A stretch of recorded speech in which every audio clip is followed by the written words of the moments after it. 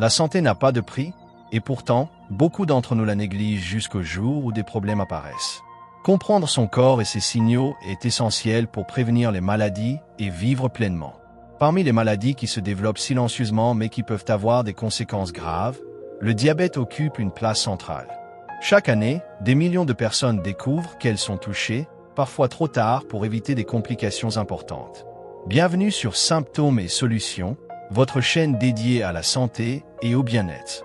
Ici, nous décryptons les maladies, expliquons les causes, détaillons les symptômes et vous donnons des conseils clairs pour mieux prévenir et gérer les problèmes de santé. Aujourd'hui, nous allons parler d'un sujet crucial, le diabète. Vous découvrirez ce que c'est exactement, les différents types, les signes à ne pas ignorer, les causes, les complications possibles et surtout, comment le prévenir et le contrôler au quotidien. Si vous voulez protéger votre santé et celle de vos proches, abonnez-vous dès maintenant à la chaîne et activez les notifications pour ne rien manquer de nos vidéos détaillées et fiables sur les maladies et leurs solutions.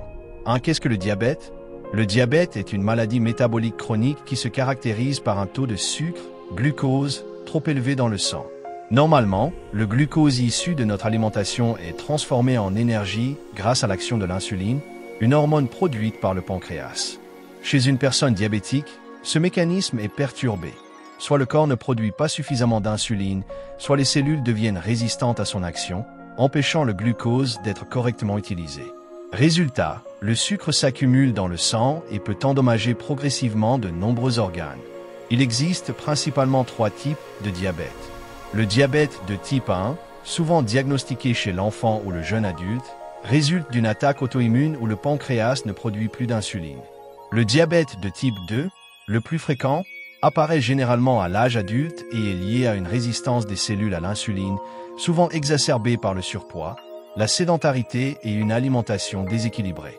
Enfin, le diabète gestationnel survient pendant la grossesse et disparaît généralement après l'accouchement, bien qu'il expose les femmes et les enfants à un risque accru de diabète plus tard dans la vie. Comprendre ce qu'est le diabète est essentiel, car il s'agit d'une maladie silencieuse et progressive.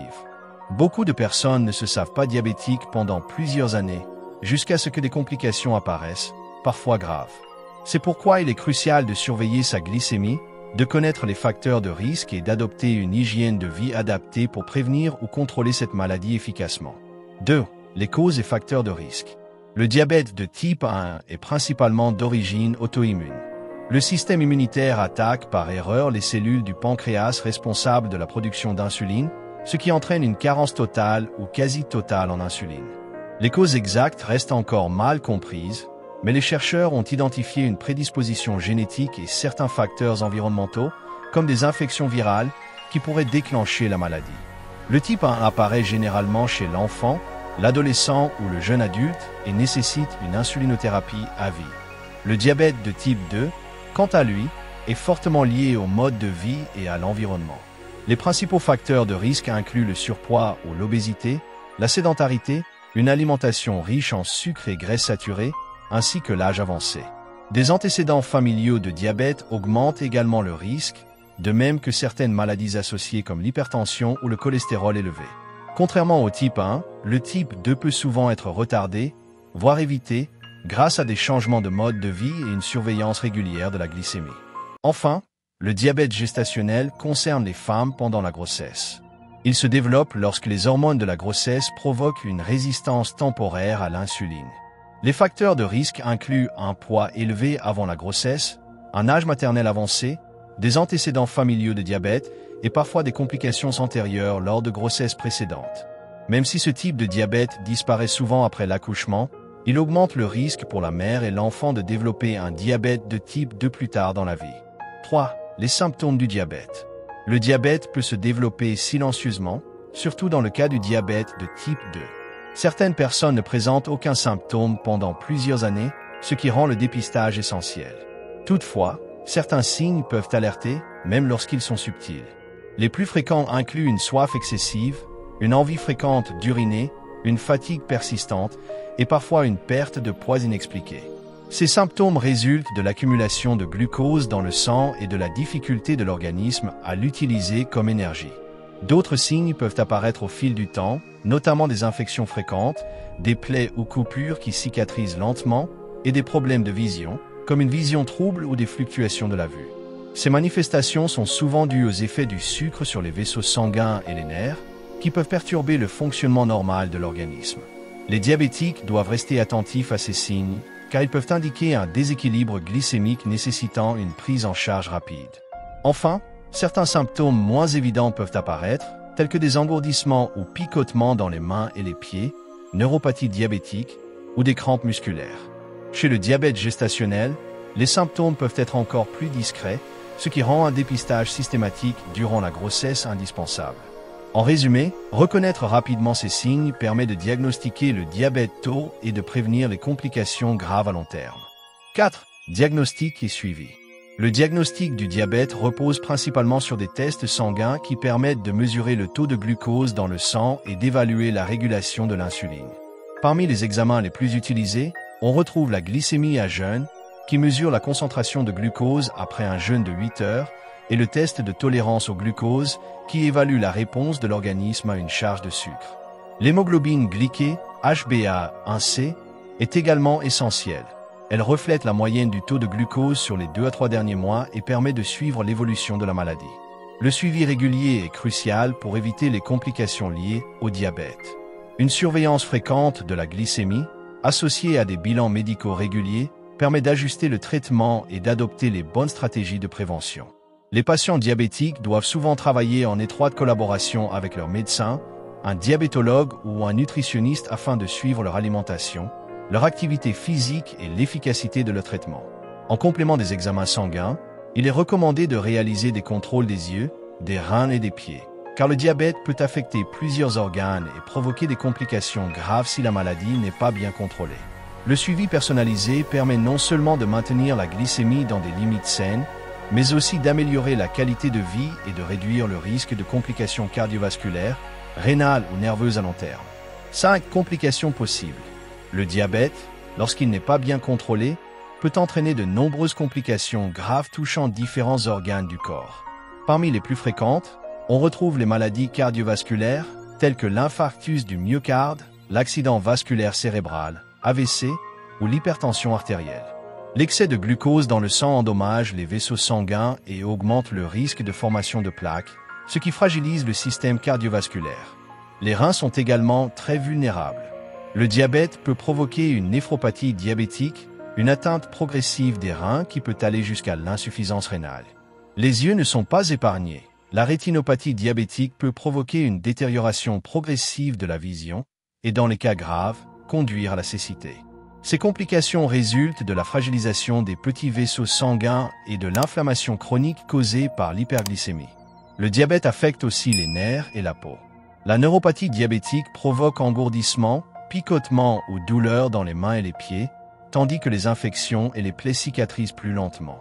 Les pieds diabétiques, souvent négligés, peuvent se compliquer d'ulcères ou d'infections graves nécessitant, dans certains cas, des interventions chirurgicales. Ces complications montrent l'importance d'un suivi médical régulier, d'une surveillance glycémique stricte et d'une hygiène de vie adaptée pour limiter les risques à long terme. 6. Traitement du diabète. Le traitement du diabète dépend du type de la maladie et de la gravité du déséquilibre glycémique. Pour le diabète de type 1, l'insuline est indispensable car le pancréas ne produit plus cette hormone essentielle. L'administration d'insuline peut se faire par injection multiple ou via une pompe à insuline. Les patients doivent également surveiller régulièrement leur glycémie et adapter leur alimentation et leur activité physique pour maintenir un équilibre optimal. Pour le diabète de type 2, le traitement commence souvent par des modifications du mode de vie. Adoption d'une alimentation équilibrée, limitation des sucres et des graisses saturées, perte de poids si nécessaire et pratique régulière d'activité physique. Lorsque ces mesures ne suffisent pas à contrôler la glycémie, des médicaments oraux ou injectables peuvent être prescrits pour stimuler la production d'insuline ou améliorer la sensibilité des cellules à cette hormone. Enfin, le diabète gestationnel nécessite un suivi particulier pour protéger la mère et l'enfant. Dans la majorité des cas, un régime alimentaire adapté et une activité physique douce suffisent, mais si la glycémie reste élevée, une insulinothérapie peut être nécessaire. Dans tous les cas, un suivi médical rigoureux et régulier est essentiel pour adapter le traitement, prévenir les complications et garantir une bonne qualité de vie au quotidien. Cette prévention et hygiène de vie. La prévention du diabète, en particulier du type 2, repose sur un mode de vie sain et équilibré. Maintenir un poids santé est essentiel, car le surpoids et l'obésité augmentent fortement le risque de développer la maladie.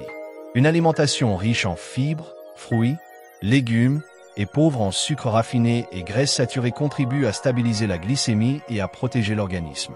L'activité physique régulière est également un pilier de la prévention. La marche, la natation, le vélo ou toute activité qui sollicite les muscles favorise l'utilisation du glucose par les cellules et améliore la sensibilité à l'insuline. En plus d'aider à contrôler le poids, l'exercice réduit les risques cardiovasculaires et participe au bien-être général. Enfin, d'autres habitudes simples mais efficaces sont indispensables. Éviter le tabac et l'alcool excessif, faire des bilans de santé réguliers et rester attentif aux signes précoces du diabète. L'éducation sur la maladie, le suivi médical et la discipline quotidienne permettent non seulement de prévenir l'apparition du diabète, mais aussi de limiter ses complications et d'assurer une meilleure qualité de vie. Le diabète est une maladie complexe, silencieuse et potentiellement dangereuse si elle n'est pas détectée et prise en charge à temps. Comprendre ces différents types, reconnaître ses symptômes, identifier les facteurs de risque et suivre un traitement adapté sont essentiels pour prévenir les complications et préserver sa santé au quotidien. Une hygiène de vie saine, incluant une alimentation équilibrée, une activité physique régulière, la surveillance de son poids et des bilans médicaux réguliers, reste la meilleure stratégie pour prévenir le diabète de type 2 et mieux gérer la maladie lorsqu'elle est déjà présente. Le suivi médical, l'éducation thérapeutique et la vigilance personnelle permettent de vivre pleinement tout en réduisant les risques liés à cette maladie. Chez Symptômes et Solutions, notre objectif est de vous fournir des informations claires et pratiques pour protéger votre santé et celle de vos proches. Prenez soin de vous, restez attentifs aux signaux de votre corps et adoptez dès aujourd'hui des habitudes de vie qui favorisent votre bien-être. Abonnez-vous à notre chaîne pour continuer à recevoir des conseils fiables et détaillés sur la santé et le bien-être.